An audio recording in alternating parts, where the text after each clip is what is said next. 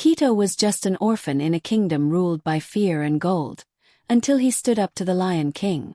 Facing impossible trials, Kito proved that courage and integrity can shake even the strongest throne. As we dive into the video, please don't forget to subscribe to the channel for more epic stories. In the heart of the Great Plains of Africa stood the Kingdom of Kambora, a land once rich in grain and kindness, now ruled by fear. Its ruler, King Luwanga, was a man both powerful and proud. Once he had fought for his people. Now he ruled them with iron and gold. The king called himself the Lion of Men. He believed that wealth was the measure of strength and that fear was the only language a ruler needed. His palace gleamed with gold while his people labored in dust and hunger. To speak against him was to vanish. To question him was to die in silence. Yet among the weary hearts of the poor, there was one boy who dared to believe that power did not belong only to those who wore crowns. His name was Kito. He lived in a cracked mud hut on the edge of the village, surviving on kindness and courage.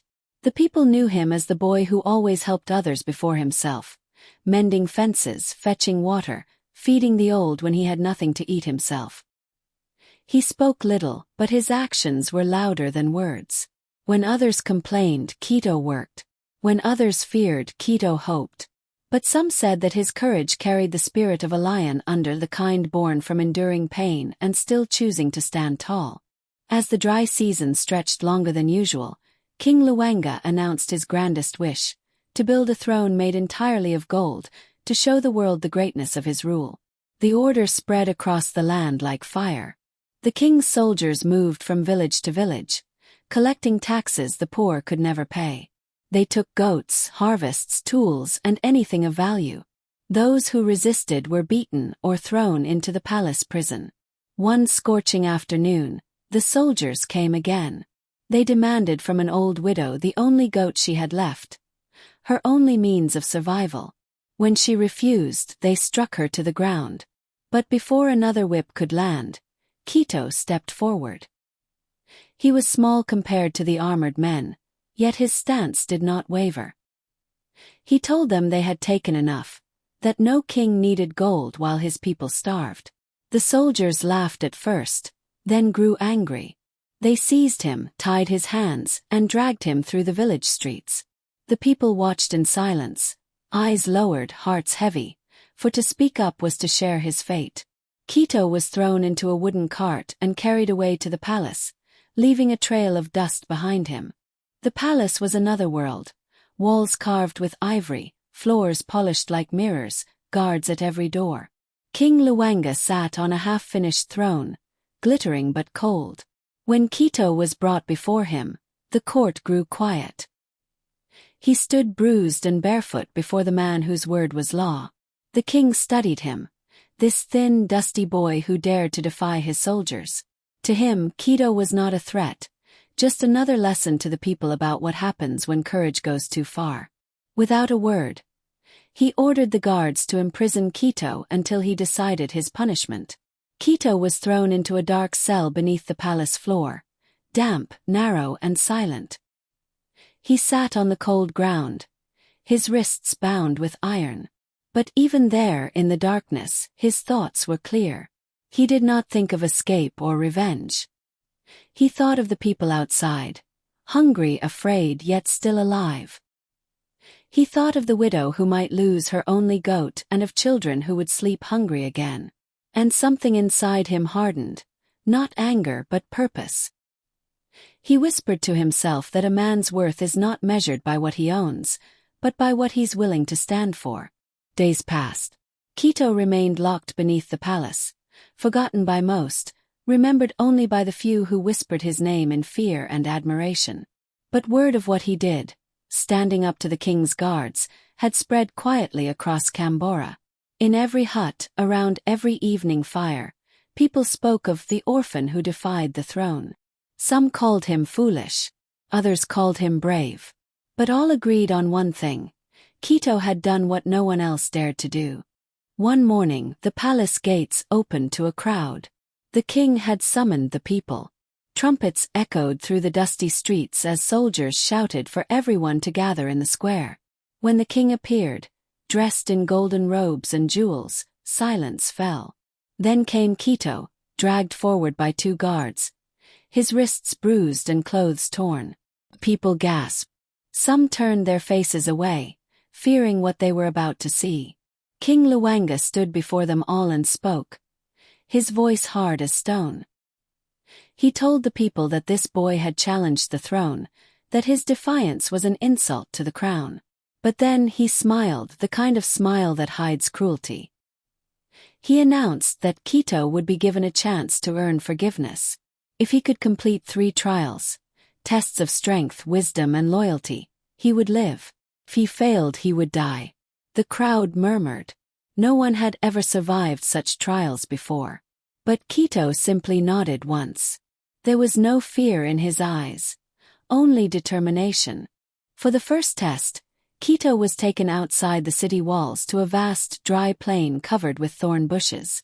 The king's challenge was cruel. He was to clear the field by hand before the sun set. If he failed, he would be executed at dawn. The guards laughed. They expected him to give up within hours. But Kito worked without rest. His palms bled as the thorns tore through his skin. The sun burned his neck and back, yet he did not stop. By midday his hands were shaking. By evening his breath was shallow. Still, he pulled the last thorn from the ground just as the final ray of sunlight faded over the hills. When the guards returned and saw the cleared land, they were silent. The king, watching from a distance, frowned. He had expected defeat, not perseverance. That night, Kito was given a bowl of water and a crust of bread. He ate slowly, staring at the stars through the prison bars. The second trial came 2 days later. The king gathered his court again and brought Kito before them. This time the challenge was not of body but of mind. The king placed 3 identical crowns on the floor, one made of gold, one of silver, and one of plain clay. He said, "Only one of these crowns is fit for a true ruler. Choose the one that holds the spirit of leadership." Kito looked at them quietly. The crowd waited. The gold crown glittered. The silver shone. The clay looked dull and ordinary. But then Kito noticed something. The gold and silver crowns reflected only the king himself.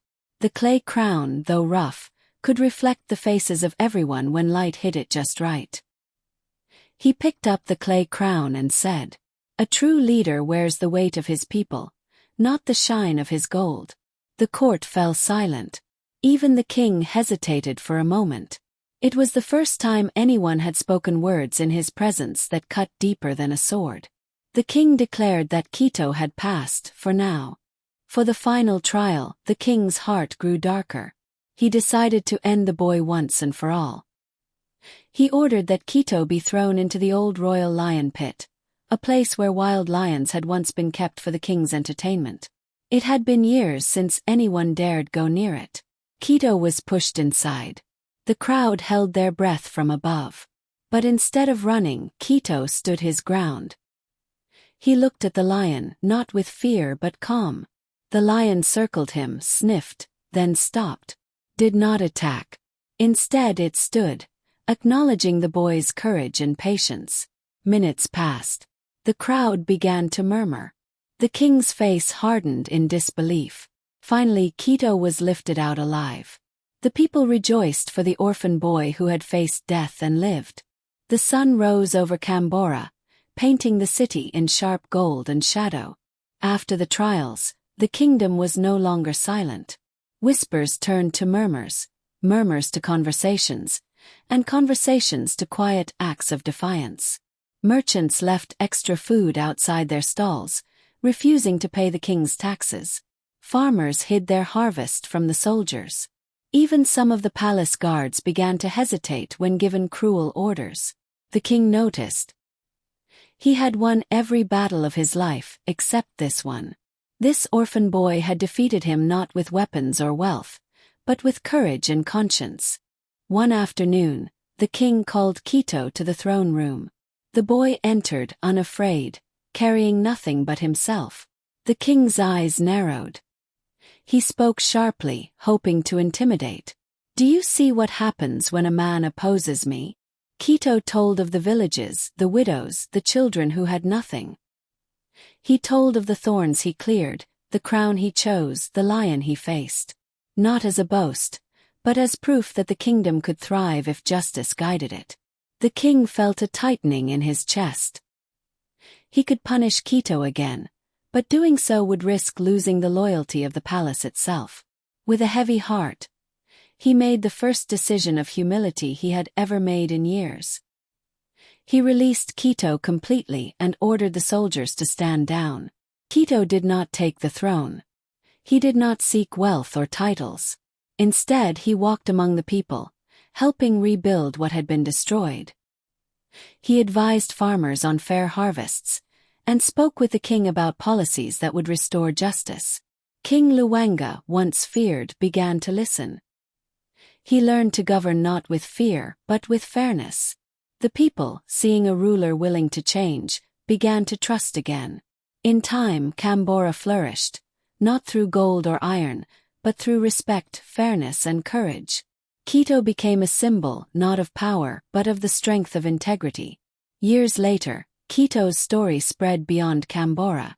People in distant villages spoke of the orphan who stood against the Lion King, a boy who had nothing but principles and had changed a kingdom forever. Please like, share, comment, and subscribe.